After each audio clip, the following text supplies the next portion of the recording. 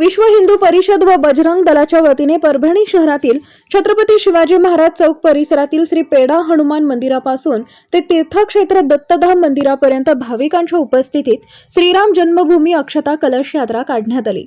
श्रीराम मंदिर जन्मभूमी अयोध्या येथून आलेल्या अक्षता व मंगल कलश मिरवणुकीद्वारे परभणी जिल्ह्यातील गावागावांमध्ये जाणार आहे।